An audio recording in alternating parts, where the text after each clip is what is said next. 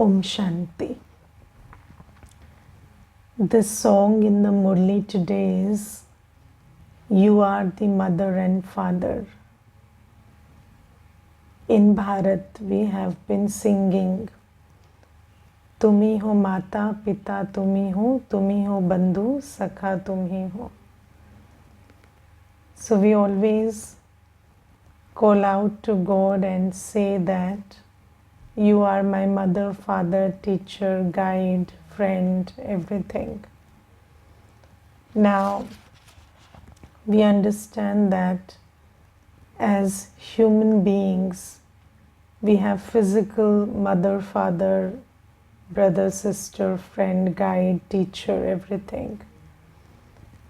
But then we have been calling out to the Supreme Soul, Shiv Baba, that you are my mother, father, teacher, Satguru.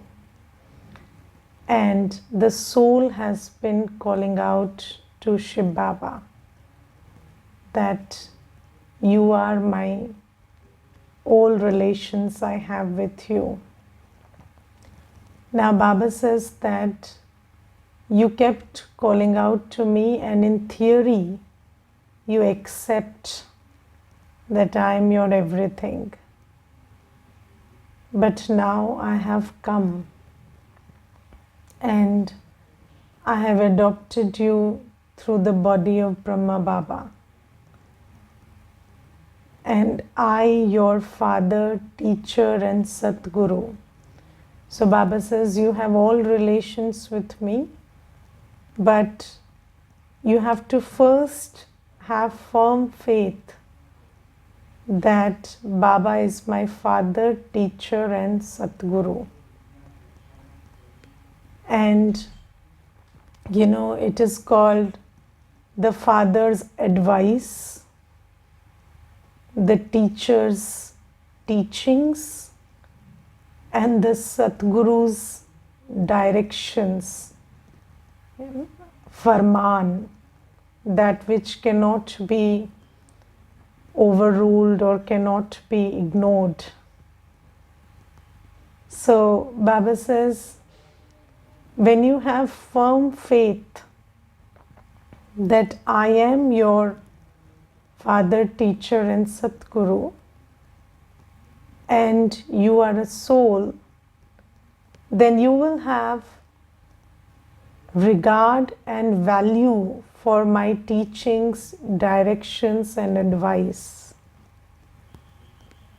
And the law says you will receive as you do. Yes, jo karega so paega.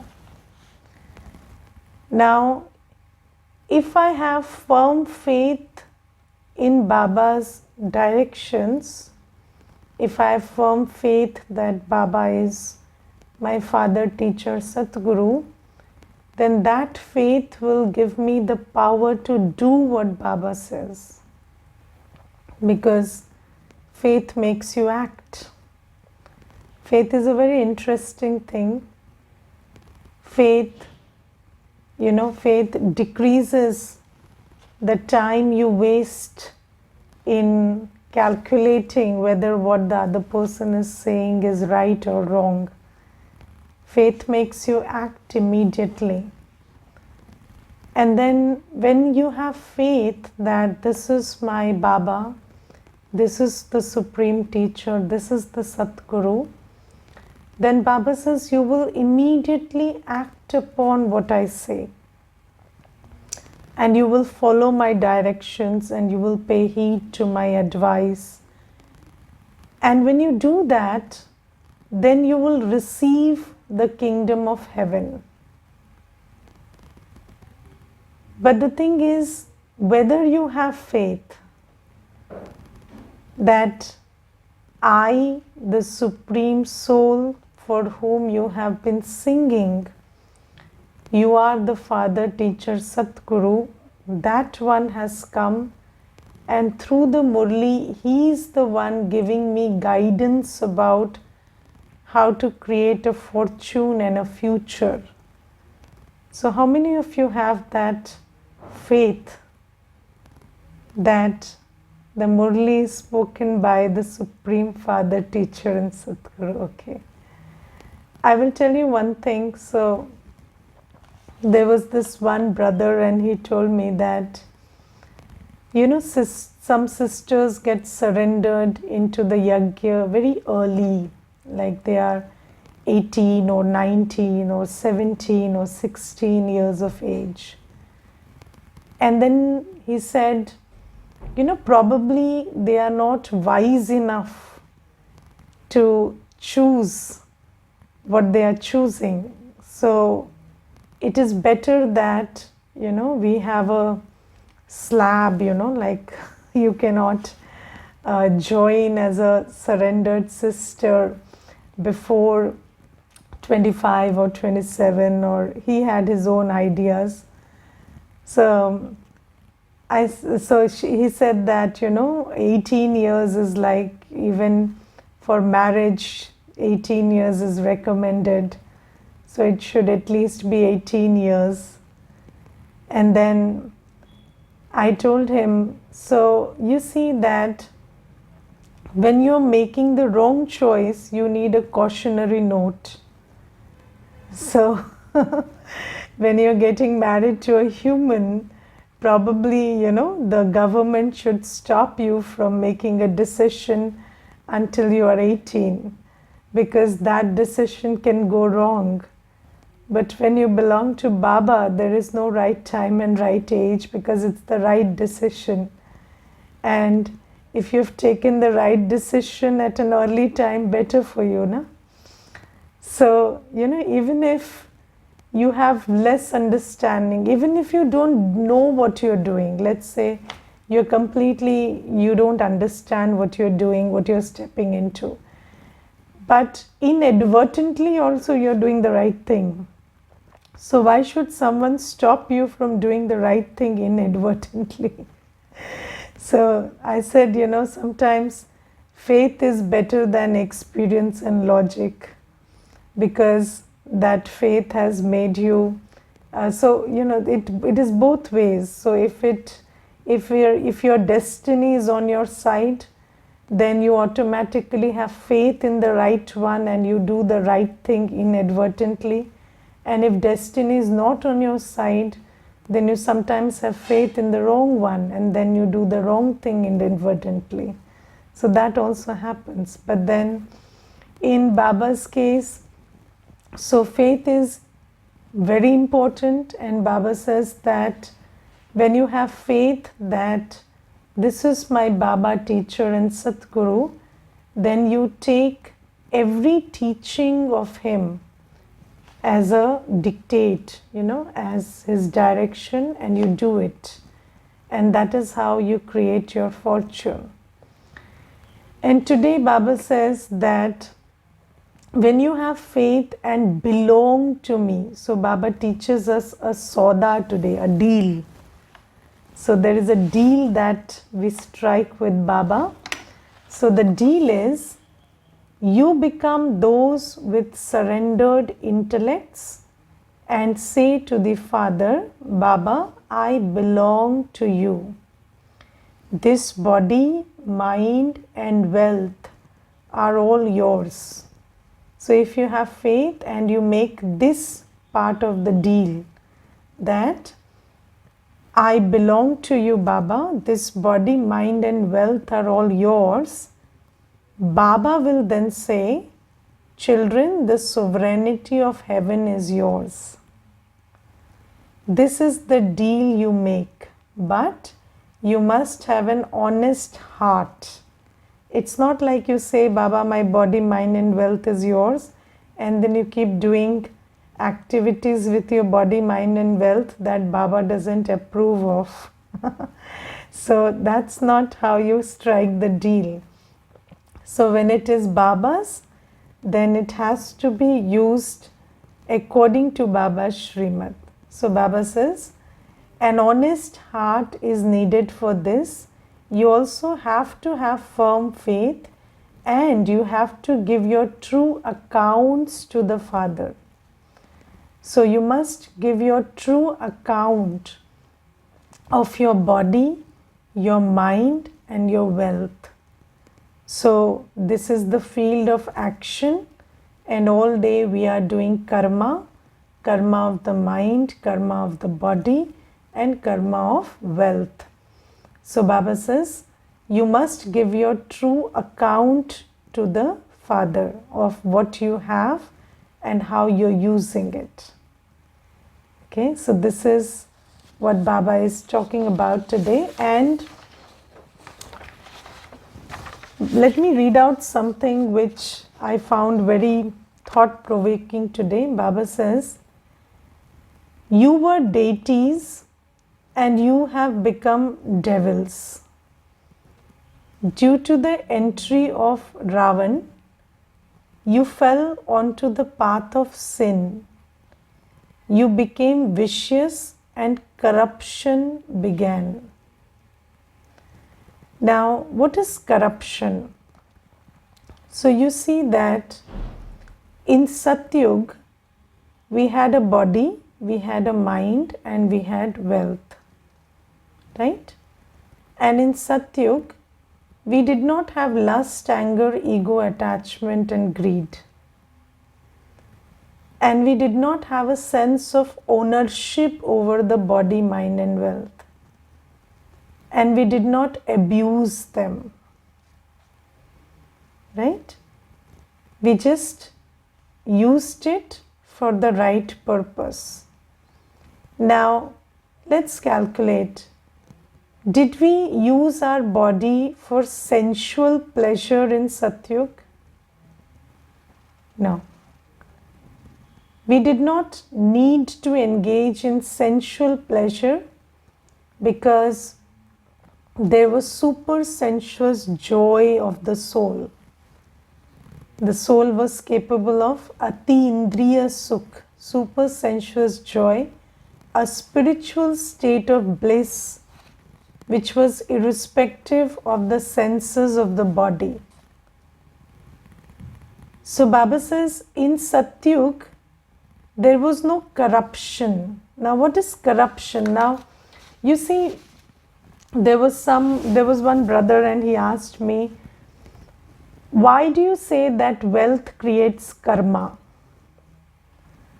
So he once asked me, why do you say that? I understand that karma is created when I think or when I talk, but why wealth is connected to karma? So I said, you know that in the world they say financial corruption. So you can do corruption through wealth, right?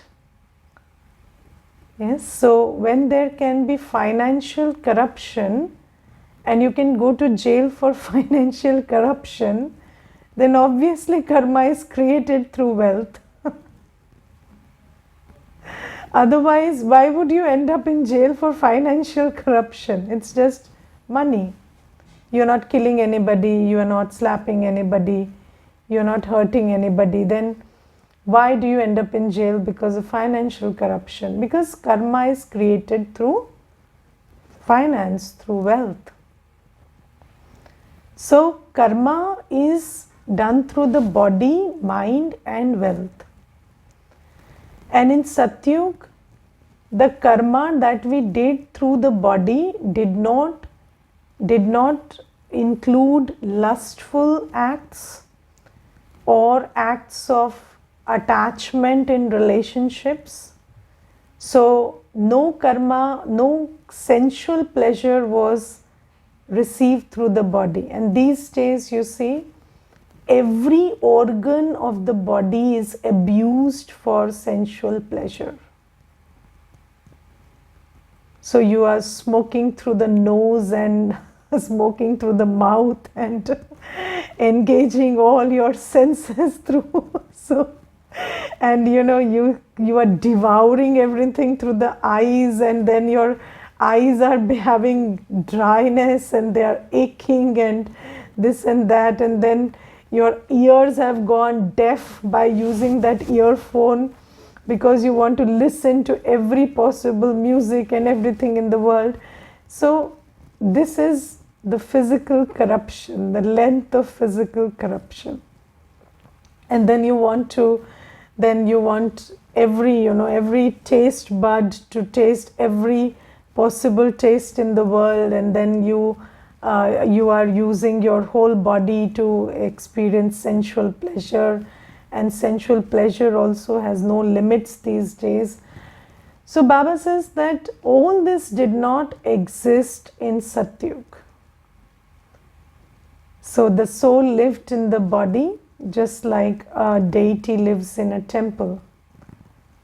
So this was your temple and you kept it clean, that's it. So that was Satyug. And then all this corruption began later. What is corruption? Corruption is a very interesting phenomena. When you use something or you abuse something because by not putting it to the use it is meant to be put to. That is corruption. And then you see this body was meant to, these eyes, this whole action through the body, karma through the body was meant to give happiness to everybody.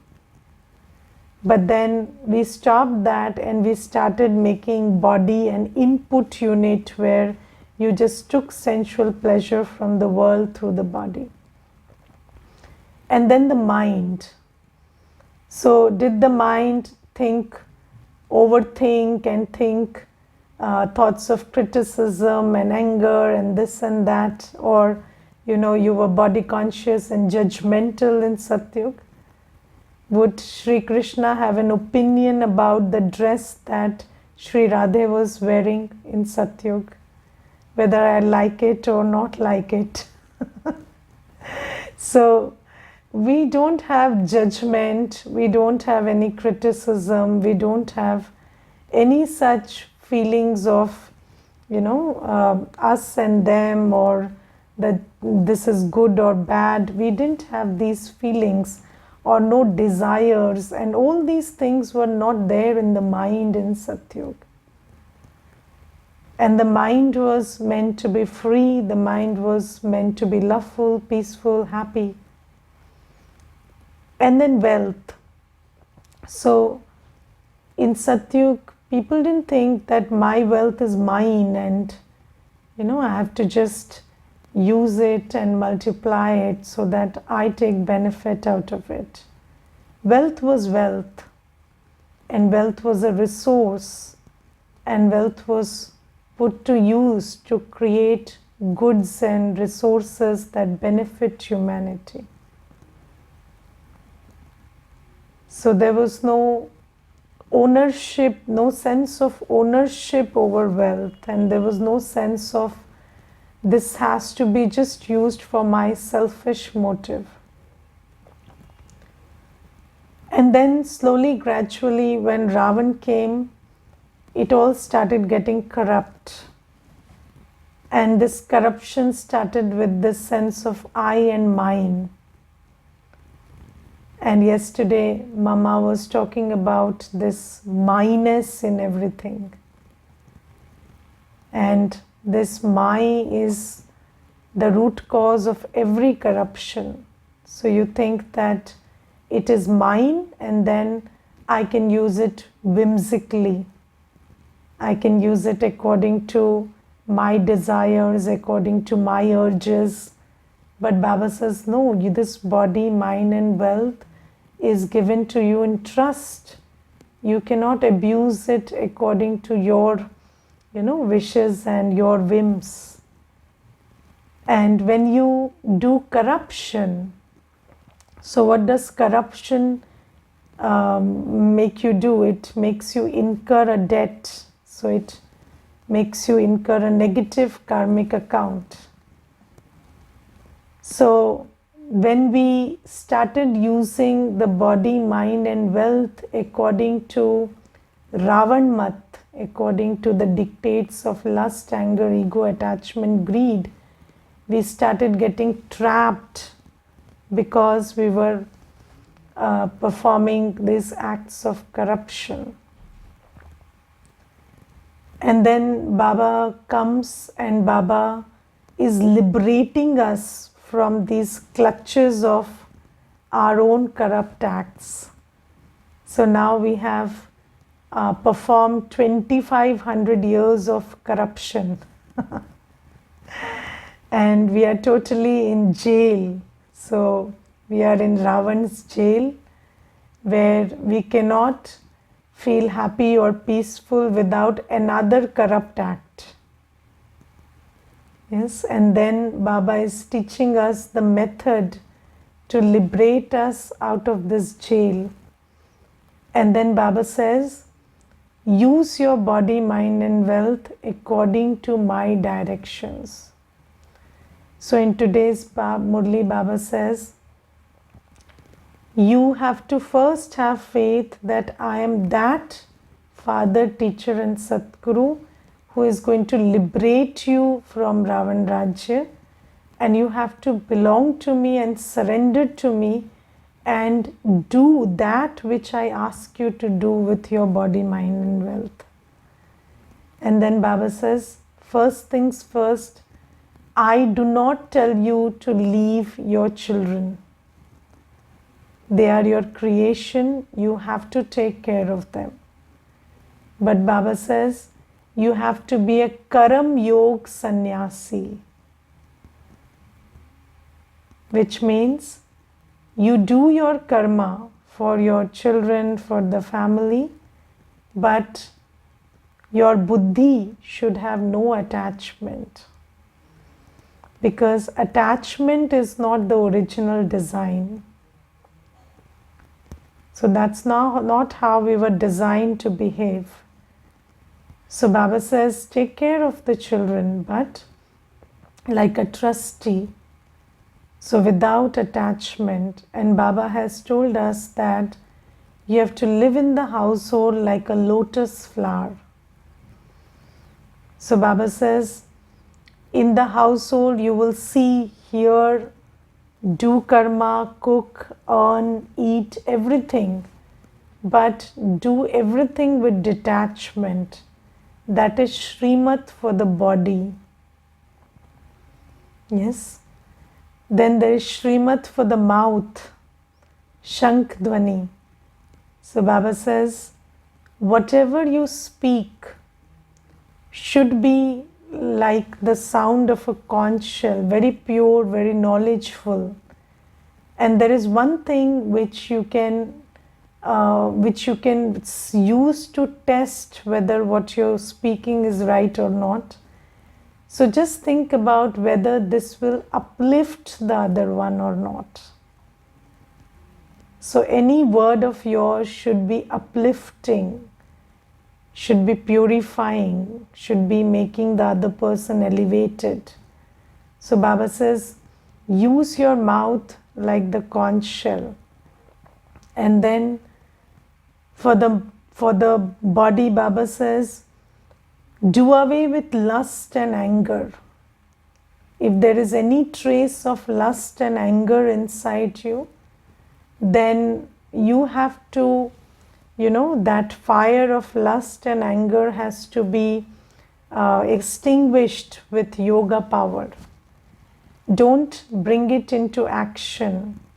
Even if you feel very angry, even if there are waves of lust, you have to sit with Baba and extinguish that fire. And you have to detect. So, the enemy has to be detected early. So you have to detect whenever there are such feelings, there are such thoughts. And you have to, again, know your stage. If you are getting these thoughts often, then you know that your stage is weak. Then you have to wake up early and meditate so that these feelings, these thoughts, they are, taken care of. And yoga power is enables you to rise above these feelings and thoughts. And if you perform karma of lust and anger through the body, then your body cannot be freed from the clutches of Ravan. So Baba says that This is why you see so much suffering happens through the body, because so much paap has been done through the body. In Satyug, we don't suffer through the body. The body gives us, the body is comfortable and a source of, happiness. It doesn't make you uncomfortable, or no suffering happens through the body, because right now Baba teaches us to do good karma through the body. So what I told you is refraining from impure karma through the body. But then there is good karma through the body also. So when you do yajna seva, you speak knowledge, you cook Brahma Bhojan, yes, you support the activities of Baba's task through the body, then that becomes a source of punya karma also. So this is Baba's directions for the body. Then there is Baba's directions for the mind. Baba says, be man mana bhav, be a Swadarshan Chakradhari. Always don't think about what others are doing or what's happening in the world. Think about how royal, how dignified, how elevated you are. What's your original quality? What were you like in Satyug? What were you like in the soul world? And just think about Swadarshan. So do this Swadarshan. So there are 3 words in Hindi: par darshan, par chintan, and par dosh. So don't look at others, don't think about others. Others means people and events both. And don't find faults in others. Par dosh. Stay away from these 3 things. Do you have pardosh, the sanskar of pardosh? So always somebody or the other is sitting in your buddhi, and their avgun is sitting in your buddhi. So that's the quickest way to make your mind dirty. So refrain from that. And Baba says, for that you keep reminding yourself who you are, who you belong to, what are your qualities, how dignified are you, what is your worth. So just think about this and remember Baba. And when you remember Baba, remember yourself as Baba's child, having the same qualities as Baba. So this is what you need to do through the mind. So Baba says, apart from necessary engagement of the mind, just do this with the mind. And this will purify the mind and finish that karmic burden which you are carrying by karma done through the mind. And then Baba says about wealth. So Baba says, you must use your wealth for yajna seva. Baba today says that even if somebody has nothing, even if they are not able to fend for their family, Baba would suggest that you donate 1 paisa. You give 1 paisa to yajna seva, because that is what will create your fortune of 21 births. And you see in bhakti also, so there are many people who say that, we believe in the Hindu Shastras and this and that, but nobody believes in the Hindu Shastras because they don't live by that. So even in Hinduism, or for that matter in every religion, there is a mention of how you should use a part of the money you earn for welfare and for dhan. So, in the Shastras, it is written that 1 part of your income so income is divided into 5 parts according to the Shastra. And then they say 1 part for dhan. Okay, so this is according to the Shastra, not Srimad. Okay, so they say 1 part for dhan, that is for dharma. So you give it to the temple or something like that, according to the Shastra. And then second part for yash. So you do something which makes you a prominent member in the society. So, you help them build a tube well or something, so that they give you yash, so you become a celebrated member of the society. And then third, they say, is you invest a part of your wealth, the third part, to earn more wealth. Okay, so something has to be reinvested to earn more wealth. And then fourth part is to fulfill your needs and desires. And then the fifth part is for friends and family and children. So this is how they divide, this is how it is recommended in the Shastras. And Baba today says that even those who do daan in bhakti also, I give them a return of that daan. So somebody who builds a hospital in bhakti gets good health in the next birth. But Baba says that was what was in the past. But now I am here before you, and every single penny you invest in Yajna Seva will make you a king of heaven. So Baba says, don't feel that whatever you earn is yours. That wealth Baba has right on, and Baba says you have to use it for Yajna Seva.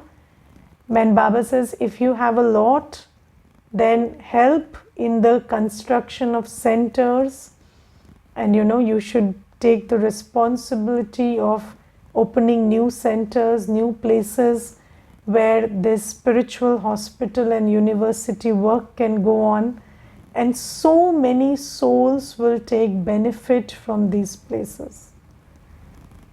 So Baba says, don't be miserly about your wealth, use it for seva. And Baba says, also keep something for troubled times. And Baba says, you must give your full account of body, mind and wealth, so that individual directions can be given. Because you see, everybody's earning, everybody's body, everybody's state of mind is different. So individual directions can be given if you give the full account about how and how much and how, what should be invested, what should be saved. And I remember there was this one sister who went to a country where most of the population was bankrupt. And the center there, nobody was contributing anything to the center also. And when she went there, there was this one brother taking care of the center, and she opened the fridge and there was just a little piece of cabbage and nothing else in the fridge. And then she called the students and she asked them, how many of you would like to give me your whole account of wealth and income and how you're using it and what's happening? So some people agreed. So there were 3 women who agreed to do that. And when those accounts were submitted, that sister found out that these people spend more than they earn. So their expenditure is more than their income. So then obviously this is the state they are going to be in.